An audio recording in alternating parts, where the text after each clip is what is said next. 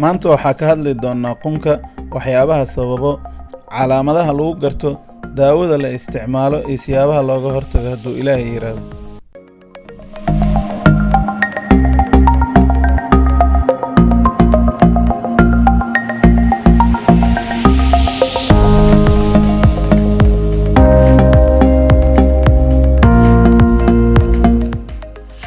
السلام عليكم ورحمة الله وبركاته. كسو دوادا جنالك الدكتور أحمد يوسف كتخصصي عذرات جود ناف مرينكا أما عذرات كودع فيره. هدي أد جنالك كعصوب تاي فضلا سبسكرايب ده سي أدنا على ساعة مر والبفضلا ريح جنبالك. قنك وعابق كودع labada qanjir ee ku yaalo dalqada geeskeeda midig iyo geeskeeda bidix. Caabuqaas ku dhacay wuxuu sababayaa in ay labada qanjir ee aad u bararaan, gaduutaan, mararka qaarna kalarkooda uu isbedelo oo jaallo noqdo. Jaallaha wuxuu u ekaanayaa sida kalarka malaxda oo kale, kadibna aad ayuu u bararayaa. calaamadaha lagu garto qofka marka uu qumanka ka jiran yahay waxa ugu horeeya in ay dhuunta aad u xanuunayso qofka, sidoo kale inuu wax laqi karin oo laqista ay aad ugu adag tahay, sidoo kale qoorta in ay bararto, dhinaca midigta ah iyo dhinaca bidixda ahba inay bararaan. waxyaabaha ugu badan ee ku keeni kara caabuqaas waa infection in ay ku dhacdo. badanaa infectionada ku dhaco qanjiradaas waxa ugu horeeya in uu virus uu galo meesha, ama sidoo kale inay bacteria gasho. waa labada wax ugu badan ee badanaa keeni karo. cudurkan wuxuu aad ugu badan yahay ilmaha marka loo fiiriyo dadka waaweyn. calaamadaha lagu gartay ilmaha markii uu xanuunkan u hayo waxa ugu horeeya in qanjirada markii la fiiriyo oo cunuga afka kala furo in ay aad u gaduudan yihiin, sidoo kalena ay bararsan yihiin.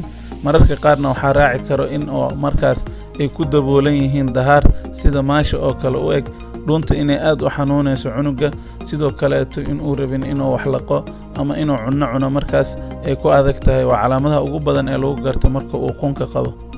waxaa sidoo kale lagu garan karaa in marka cunuga aad taabatid qandho ama heerkulka jirkiisa uu aad u sareeyo, qandhadana aad u dareemaysid. waxaa kaleeto jiro lagu arki karaa ayadana in duleelo uu leeyahay qunka ama qanjirka qunka oo kale, sidoo kale in aad ka aragtid qoorta qaybta bannaanka in aad ka aragtid. waxaa kale uu raaci karo madax xanuun aad joogto u ah oo qofka markaas uu ilaa iyo heer uu madaxa dhulka dhigi waayo uu gaaro mararka qaar. calaamadahaas marka aad ku aragtid cunug yar ama qof weyn haddii aad ku aragtid waxay kugu filan yihiin markaas inaad ku garatid in uu qun hayo.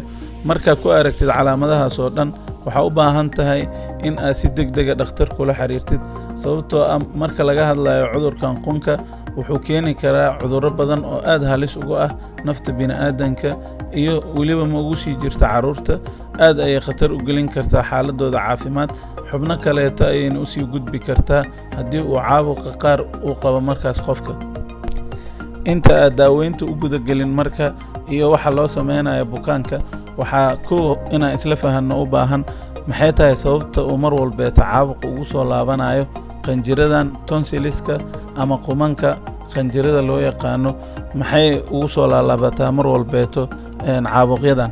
qanjiradan waxay u shaqeeyaan hab difaac oo kale, waxayna kala dagaalamaan afka in uu markaas aysan u gudbin hawo-mareenkii wax bakteeriya ah, oo mar walbeeto waxay la dagaalamaan ay soo daayaan dheecaamo la dagaalaya bakteeriyada. sidaas darteed waxaa ayagana markaas ay halis ugu jiraan maadaama ay difaacayaan hawo-mareenkii inay u gudbin markaas dheecaamo ama markaas sidoo kaleeto inay u gudbin bakteeriyada qaar iyo virusyada qaar, in ay meeshii markaas ayada laftirkeeda qanjiradii ay bukadaan ee markaasna ay qanjirada markaas ay ku dhacaan caabuqyo aad u daran, dhibna u keenayo.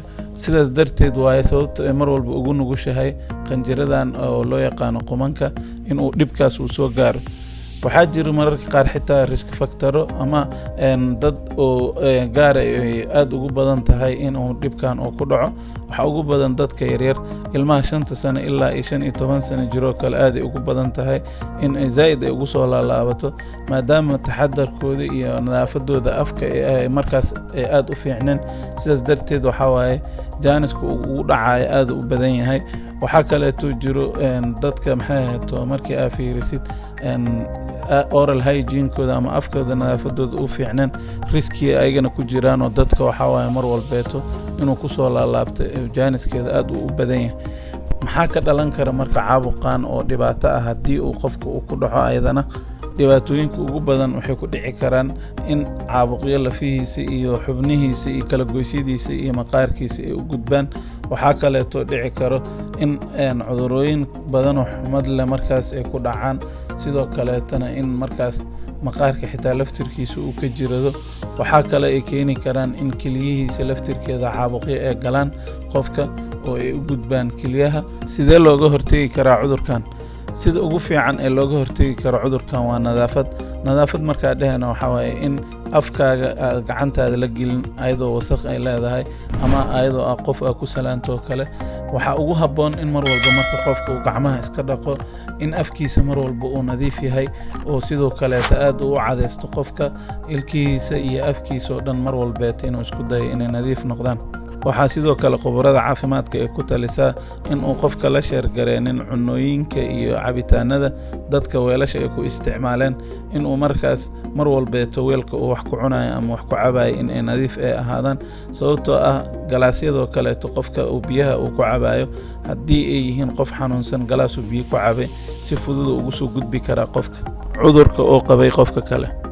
sidoo kale buraashada iyo cadayada ay isticmaalaysid markaa waqti dheer isticmaashid kadib inaad bedeshid, isku daydid inaad buraash cusub soo gadatid, sidaasna aa mar walba ula socotid nadaafadda afkaaga. sidoo kale qofka qunka qaba waxaa looga baahan yahay in dadka markaas u dhow asxaabtiisa iyo faamilkiisa uu ku dhex jiro in uu markaas ka ilaaliyo, sababtoo uu ku daaran karaa qofka cudurka, wuxuuna ku ridi karaa qof kaleeto haddii uu markaas ay u gudbaan dheecaamadaas isagoo qofkii hadlayo kale ama markaas gacmaha ku taabtay ama si uun jirkiisa inuu usoo gaaro qofka kaleeto u gudbiyo. markaa weliba aad waxaa u habboon in ilmaha laga fogeeyo qofka markuu qunka qabo, si fudud ayaa lisugu daaran karaa. in laga ilaaliyo qofka qabo qunka badanaa ilmaha haddii uu qufacayo ama hindhiso, siyaabaha ugu badan uu ku gudbin karana way tahay. caabuqan badanaa markii la arko waxaa loo baahan yahay qofka inuu dhakhtarkiisa la xiriiro. sidee loo daaweyn karaa marka caabuqan markuu qofka isku arko oo qofka in qanjiradiisa ama tonsileskii markaas inay barareen ama qumankii inay barareen ay xanuunsan yihiin marka uu ogaado, dhakhtarkiisa waa inuu si degdeg ula xiriiraa. dhakhtarka markuu arko waxaa laga yaabaa inuu kuu diro throat swab ama inuu dheecaan ka qaado qanjirada markuu dheecaan ka qaado kadib inuu markaas uu soo arko nooca caabuqa haysta markaas waxa uu yahay, inuu virus keenay iyo inuu bacteria ay keentay ama in sabab kaleeto markaas ay meesha la bugto in markaas la ogaado. marka la helo dhibaatada jirto waxaa si fudud markaas loo daaweyn karaa cudurka. waxaa dhici kara marka qofka daaweyntiisa laba habba inaa uga qayb qaadatid. qaybna waxaa waaye in qofkii guriga waxyaabo uu ku samayn karaa jiro. cabiradii hadda aan soo sheegnay oo ahaa siyaabaha uu uga hortegi karo, kow horta kulligood inuu ku dadaalo, laba qofki inuu nasto oo mar walbeeto qofkii qof haddii uu caruur yahay ama haddii uu qof weyn yahaba inuu isku dayo mar walba inuu waqti fiican u helo maalinkii uu jirkiisa recovery uu ku sameeyo. kadib waa inuu qofka biyo ku filan oo badan inuu cabo, sababtoo ah caabuqyadan badanaa waxaa keeni kara viruskana sida ugu fiican oo lagula dagaali karo waxaa waaye nasiinada iyo in markaas biyo badan la cabo oo jirkii markaas la siiyo biyo ku filan. sidoo kale in uu qofkii markaas cunno ama cabitaano fudud oo dhuuntii ay mari karto oo xanuun ku dareemeyn, dhuunta aan ka xaganin markaas in la siiyo oo fudud oo u badan dareere. sidoo kale qofkii in mar walbeeto la dhaho ku luqluqo biyo cusbo leh. weliba waxaa fiican biyaha haddii heer kulkooda qandac laga dhigi karo heer uu qofka afka uu ku hen karo, markaas in biyo xoogaa yar la kululeeyo kadibna cusbo lagu daro, qofkiina markaas ku luqluqo in la dhaho. in hawada loo sameeyo humidifier in lagu xiro oo markaas hawadii la qaboojiyo laftirkeeda, sababtoo ah hawada qaar waxay abuuri kartaa afqaleel. qofka afkiisa haddii uu qalalana waxaa fududaanaysa markaas inuu dilaacaan tonsiliskiisa ama qumankiisa, hadhowna waxaa waaye inuu qofka reestaa adkaanayso. qofka qun markuu qabo waxyaabaha irritantiska ah inuu ka fogaado ayaa fiican. waxaa ugu horeeya sigaarka oo kale inuu iska dhaafo, markaas inuu sigaarka qofka uu cabo uu mar walba isku dayo dhuuntiisa inuu nadiif ka dhigo. kadib waxaa ku soo hara marka qofkii inuu daaweeyo oo markaas uu daawooyin u qaato. siyaabaha ugu fiican marka waxaa waaye in uu dhakhtarka marka uu helo caabuqa nooca uu yahay, haddii uu u baahan yahay antibiotics inuu uu siiyo ama qalajiyayaal Soomaalida say dhahaan iyo daawooyin kale anti inflammatory wixii uu u baahan yahay markaas ee dhuunta u baahan tahay dhakhtarka asagaa garan karo in uu markaas uu siiyo haddii mararka qaar waxaa jira xaalado qofka gaaraya in laga saaro sidiisaba qumanka dhan oo qalin in loo sameeyo ilaaha naga hayo badanaa cudurkan waa cudur iska fudud waxaa ku filan daawooyinka haddii waqti hore uu qofka dhakhtarka uu tago qofka uusan isku daynin oo markaas ilaa iyo heer qalin uu gaaro inuusan gaarsiinin marka uu isku arkaba qonka markaasba dhakhtarkiisa inuu la xiriiro daawooyinka ku habboon la siiyo asagana gurigii tilaabooyinka hadda aan soo sheegeen oo kale inuu ku sameeyo cudurkan waa laga wada guuleysan karaa qofkana in markaas la qalo oo qumanka laga saarana ma gaarayo waxaan rajeynayaa inaad fiidiyogan ka faa'iideen waxaa mar walba idinku dhiirigelinayaa inaad tilaabooyinka caafimaad sidee tahay aa u qaadatin wixii tali tusaale ah fadlan noogu soo dira commentiga insha Allah iyo mawduucyada aad jeceshiin mar walba in laga soo wada hadlo waa ka soo jawaabi doonaa waan idin soo duubi doonaa fiidiyo kaleeto si aad mar walba noola socoto fadlan subscribe saar waxaan rajeynayaa idinkoo caafimaad qabo mar kale inaan isku soo laabano wassalaamu calaykum waraxmatullaahi wabarakaatuh